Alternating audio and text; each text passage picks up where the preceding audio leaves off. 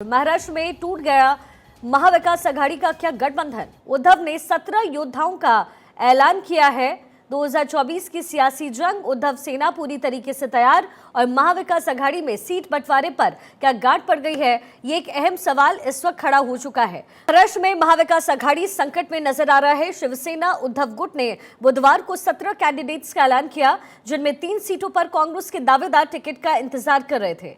ऐलान के बाद वरिष्ठ कांग्रेस नेता संजय निरुपम नाराज हैं। वो मुंबई नॉर्थ वेस्ट से लोकसभा लड़ने की तैयारी कर रहे थे। उन्होंने खुद राहुल गांधी ने टिकट का भरोसा उन्हें दिया। उद्धव गुट ने यहां पर अमोल कीर्तिकार को टिकट दिया, जिन्हें खिचड़ी घोटाले में ईडी ने समन भेजा है।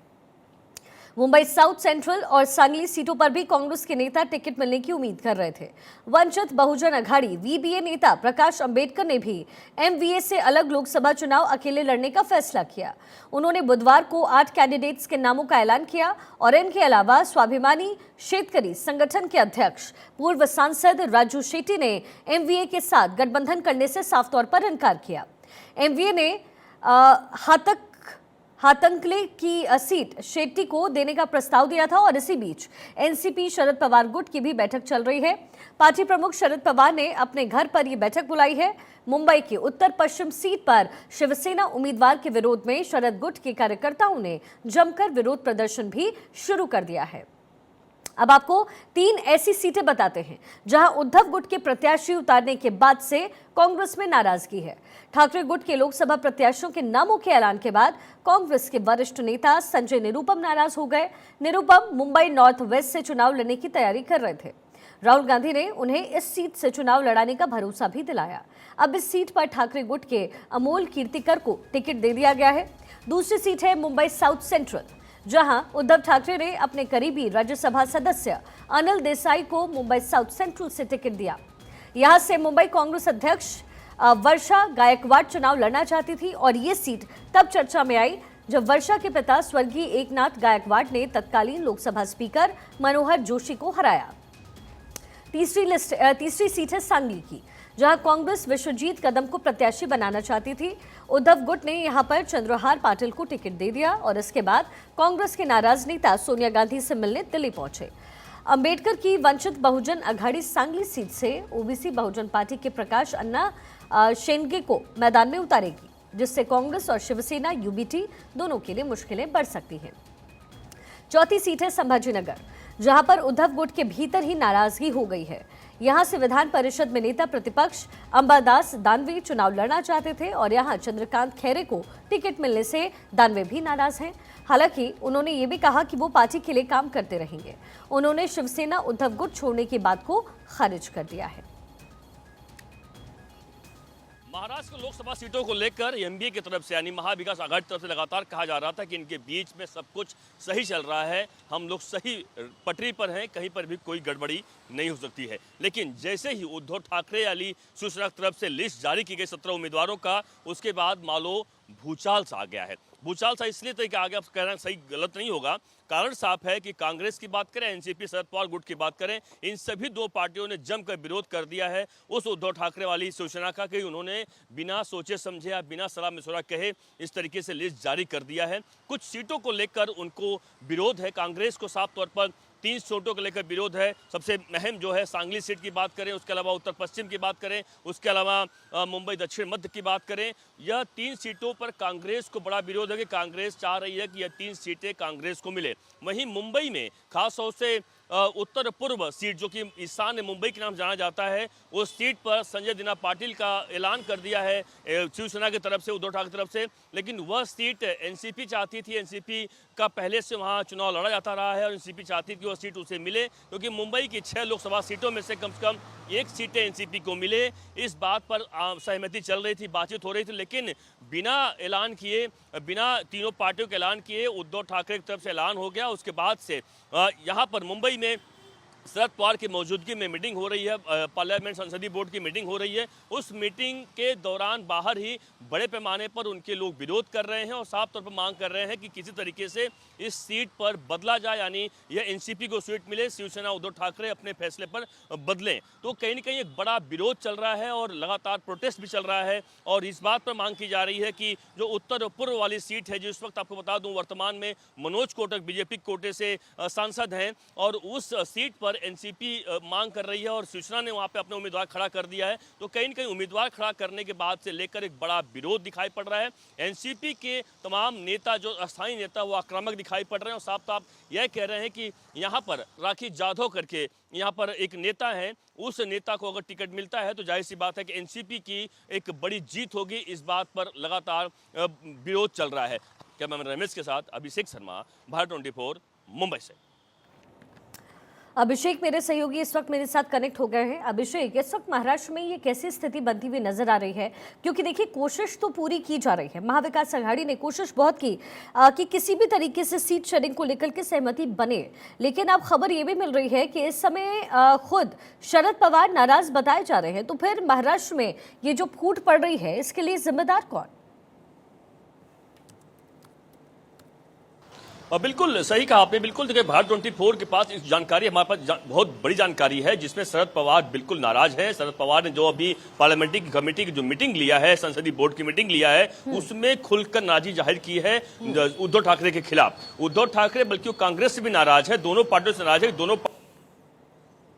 पार्टी से तमाम उम्मीदवारों का लिस्ट जारी किया जा रहा है। जब तक कि तय हुआ था कि महाविकास आघाड़ी की तरफ से एक प्रेस कॉन्फ्रेंस किया जाएगा और उस प्रेस कॉन्फ्रेंस में यह बताया जाएगा कि कौन कौन कितने सीटों पर लड़ेगी, उसके कांग्रेस की 2 सीटों पर लड़ेगी, शिवसेना कितने सीटों पर लड़ेगी, उसके कांग्रेस की 2 सीटों पर लड़ेगी। देखिए, महाराष्ट्र में 48 सीटों का यहाँ पर चुनाव है, यानी लोकसभा की 48 सीटें हैं। उन सीटों पर चुनाव कितने लोग लड़ने वाले हैं, कहां से लड़ने वाले, कौन पार्टी कितनी चुनाव लड़ेगी, इस पर सहमति आम बन रही थी। लगातार मीटिंग चल रही थी। उसके बावजूद कांग्रेस तक तो उतना ज्यादा प्रभाव नहीं पड़ा था, लेकिन जब जैसे ही लिस्ट जारी हुई, शिवसेना वाली लिस्ट जारी हुई उद्धव ठाकरे की, उसके बाद से माने भूचाल सा आ गया है। आप देखिए कि कांग्रेस की तरफ से, एनसीपी की तरफ से खुलकर विरोध होने लगा है और विरोध इस तक होने लगा है कि शायद क्या महागठबंधन जो बना हुआ, यानी महायुति, जिसे यहाँ पर एनडीए कहा जाता है, महाविकास आघाड़ी कहा जाता है, क्या वह रहेगी या टूट जाएगी? जाता है क्या वह रहेगी या टूट जाएगी? क्योंकि जिस तरीके से आप देखिए कि 22, आप देखिए उद्धव ठाकरे यहाँ पर बने रहता है बड़े भाई की भूमिका में, यानी उद्धव ठाकरे चाहते हैं कि उन्हें बड़े भाई की भूमिका में, जैसे वह बीजेपी के साथ किया करते थे, वह चाहते हैं कि महाविकास आघाड़ी 3 पार्टियों जो यहाँ पर 3 पार्टी बनी हुई है, उसमें भी चाहते हैं कि उनको अधिक बल मिले, अधिक सीटें मिले। और यही कारण है कि 17 उन्होंने अनाउंस कर दिया है। जानकारी के मुताबिक हमारे सूत्र बता रहे हैं कि 22 सीटों पर चुनाव लड़ना चाहती है शिवसेना उद्धव ठाकरे और 22 सीटों की लिस्ट उनको तैयार हो चुकी है। 17 हो चुका है, 5 उम्मीदवारों का नाम जल्द ही आ जाएगा।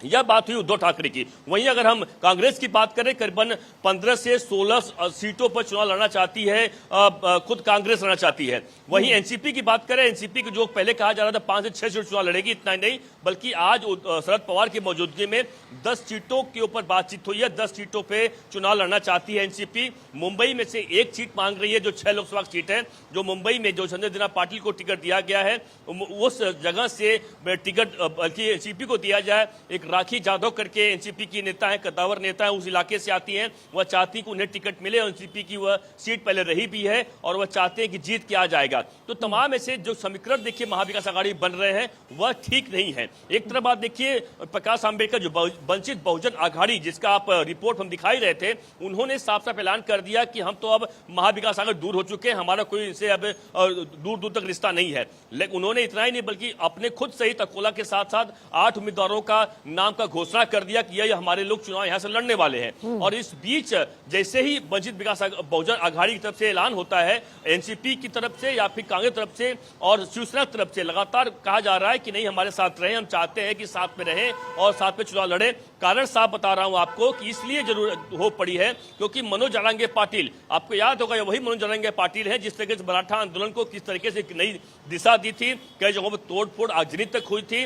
वो मनोज जारंगे पाटिल अब प्रकाश आंबेडकर से मिल चुके हैं, यानी मराठा समाज का जो ओबीसी है, मराठा समाज और उसके अलावा ओबीसी समाज या फिर दलित समाज, तमाम जो वंचितों के साथ यानी जो प्रकाश आंबेडकर के साथ थे वह साथ में अगर आ गए तो जाहिर सी बात है महाविकास आघाड़ी के लिए बड़ी मुश्किल हो जाएगी और ये गणित समझ में आ चुकी है। और यही कारण है कि सभी के सांसें फूलती हुई दिखाई पड़ रही हैं और आपस में कहीं खींचतान दिखाई पड़ रहा है। सवाल ही खड़े हो रहे हैं कि क्या सब कुछ अगर सही चल रहा है, जो पहले से कहा जा रहा था कि एमबीए में यानी महाविकास आघाड़ी में सब कुछ अगर सही ही था तो पहले से दम्भ क्यों भरा जा रहा था कि हम सब कुछ सही है, हमारे बीच में कोई भी तनातनी नहीं चल रही है, कोई भी पेच नहीं फंसा हुआ है। सवाल तो यह है कि लेकिन सवाल अभिषेक इससे भी बड़ा ये है कि आखिर इंडी गठबंधन अपने उम्मीदवारों के नाम का ऐलान टोटलिटी में करेगा कब, क्योंकि अब तो चुनाव में बहुत कम समय बाकी है। ऐसे में महाराष्ट्र में अभी भी फूट की स्थिति बन रही है और जो बचे कुचे नेता थे उन्हें भी नाराज कर रही है कांग्रेस और शिवसेना मिलकर। अब ऐसे में अगर शरद पवार टूट जाते हैं या चुनाव नहीं लड़ते वो इस बार इनके साथ मिलकर के, तो ये फिर बहुत बड़ा लॉस न केवल कांग्रेस के लिए है बल्कि पूरे इंडी गठबंधन के लिए है।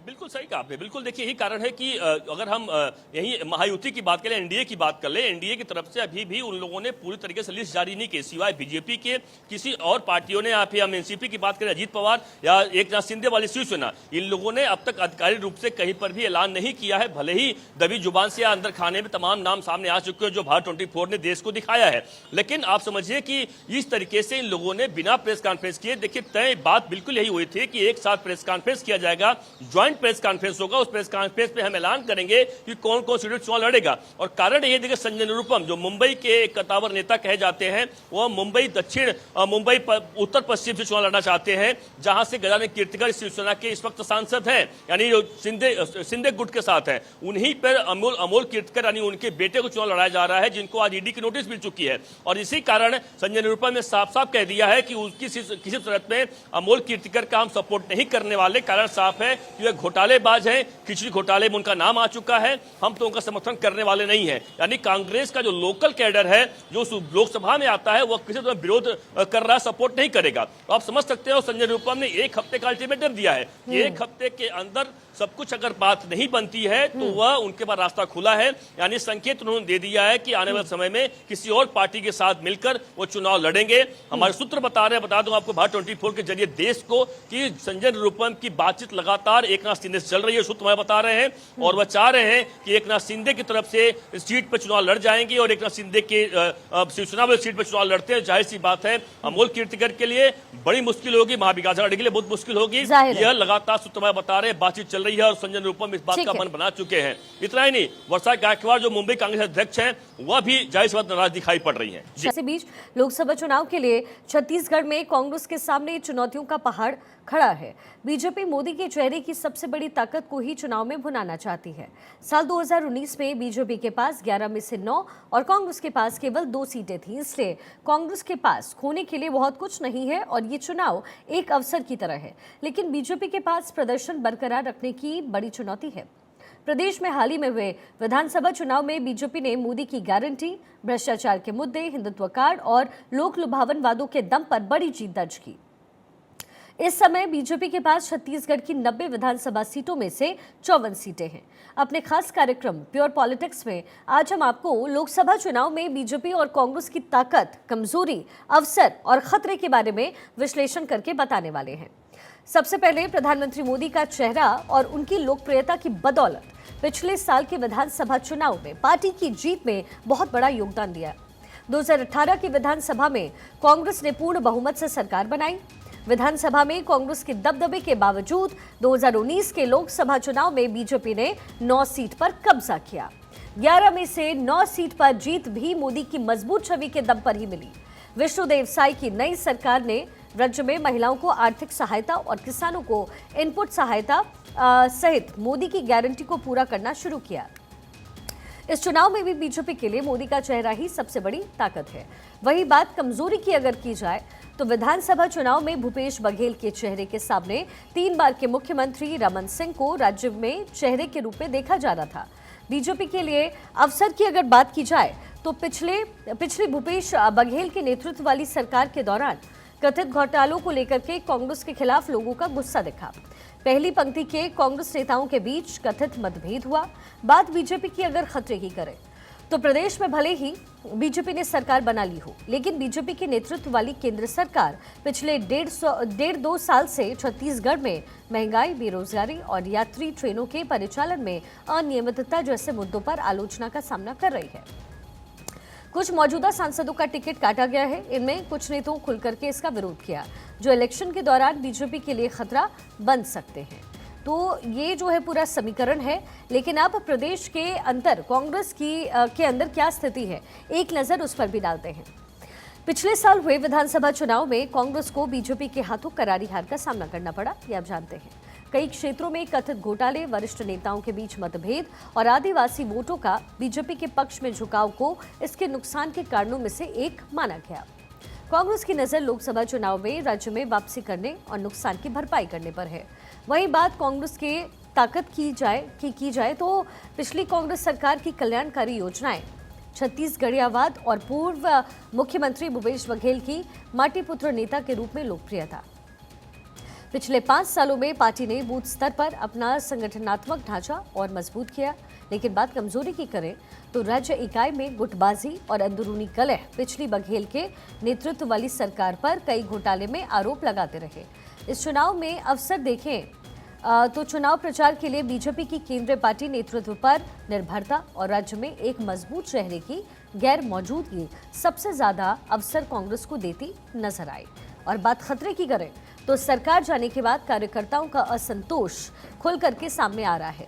सार्वजनिक मंच से ही पिछली सरकार की आलोचना पार्टी के कार्यकर्ता कर रहे हैं, जो कांग्रेस के लिए एक बड़ा खतरा है। और इसके अलावा मोदी फैक्टर जो बीजेपी को बढ़त दिलाता है और पिछले साल विधानसभा चुनाव में हार का असर लोकसभा चुनाव में पार्टी की संभावनाओं पर पड़ सकता है। तो ये पूरा गणित है। कन्हैया शुक्ला मेरे सहयोगी मेरे साथ कनेक्ट हो गए हैं। कन्हैया, छत्तीसगढ़ में जो पूरा जो समीकरण है वो बदलता हुआ हमने पहले विधानसभा में भी देखा है और पिछले लोकसभा में भी देखा।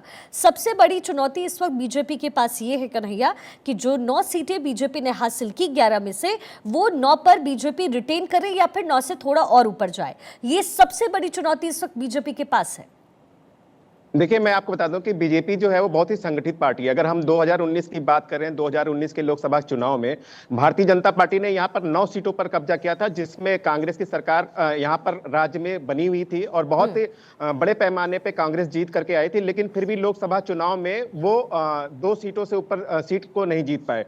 लेकिन अगर हम अब की बार की बात करें तो विधानसभा चुनाव के बाद देखा जाए तो 54 सीटें जो है वो भारतीय जनता पार्टी के कोटे में गई हैं। और जिस दिन सरकार बनी है उसी दिन से जो भारतीय जनता पार्टी के कार्यकर्ता हैं, चाहे संगठन के लोग हैं, चाहे भारतीय जनता पार्टी के मंत्री हैं या जो बड़े पदाधिकारी हैं, वो लोग लोकसभा चुनाव में लग चुके हैं और संगठित रूप से लग चुके हैं। गांव-गांव में, देहात में, हर जगह पर वो अपनी टीम को और मजबूत करने के लिए और लोकसभा चुनाव की तैयारी करने में जुट जाते हैं। लेकिन अगर हम अब की बार की हम बात करें तो भारतीय जनता पार्टी के लिए बहुत बड़ी चुनौती है, क्योंकि भारतीय जनता पार्टी का ये आपकी वाक्य है और ये वादा है कि 11 की 11 सीटें जीत करके अब की बार भारतीय जनता पार्टी की सरकार केंद्र में बनाई जाएगी। और मोदी का चुनाव है, क्योंकि आपकी केंद्र सरकार का चुनाव है, तो अगर हम पिछली बार विधानसभा की चुनाव की भी बात करें तो उस समय भी जो मुख्यमंत्री का चेहरा है भारतीय जनता पार्टी ने यहाँ पर जाहिर नहीं किया था, क्योंकि भारत के प्रधानमंत्री नरेंद्र मोदी के चेहरे पर ही छत्तीसगढ़ में चुनाव लड़ा गया और जिसके बाद 54 सीटें, क्योंकि बहुत बड़ी जीत है।